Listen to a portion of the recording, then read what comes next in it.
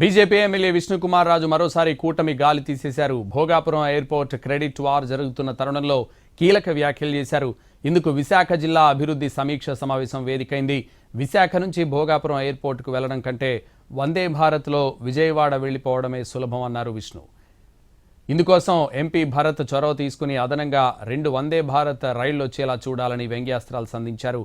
అంతర్గత రహదారుల నిర్మాణం పూర్తి కాకుండా ఎయిర్పోర్ట్ ఓపెన్ అయితే ప్రయాణికులకు ఇబ్బందులు తప్పవని విష్ణు చేసిన సూచన చర్చనీయాంశంగా మారింది. అలాగే ప్రస్తుతం ఉన్న విశాఖ ఎయిర్పోర్ట్ మూసివేయడానికి కూడా తాను వ్యతిరేకమన్నారు విష్ణు. ఈ దిశగా ప్రజాభిప్రాయ సేకరణ జరగాల్సిందేనని గట్టిగా వాదించడం సహచర ఎమ్మెల్యేల్లో చర్చకు కారణమైంది. ఇటీవల ప్రభుత్వానికి మైలేజ్ వస్తుందని భావిస్తున్న అంశాల మీద బీజేపీ ఎమ్మెల్యే కుండబద్దలు కొట్టినట్టు మాట్లాడడం రాజకీయ వర్గాలను ఆశ్చర్యపరుస్తోంది. Bhogapuram airport already trial run కూడా కంప్లీట్ అయింది మొన్న 4th January నాడు. కాబట్టి రోడ్స్ త్వరితగతిన కంప్లీట్ చేయాలని చెప్పి కోరటం జరిగింది. అది ఒకటే కాకుండా అది ఎట్లాగో ఒక 5 months May June కల్లా రోడ్స్ కంప్లీట్ అయ్యే పరిస్థితి ఉంది.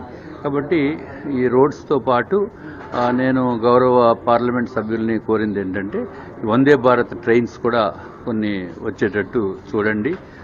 ఎందుకంటే రోడ్స్ ఇవన్నీ కన్వీనియంట్గా ఉండే వరకు ఈ ట్రైన్స్ కూడా ఉంటే బాగుంటుంది అనే ఉద్దేశంతో చెప్పడం జరిగింది.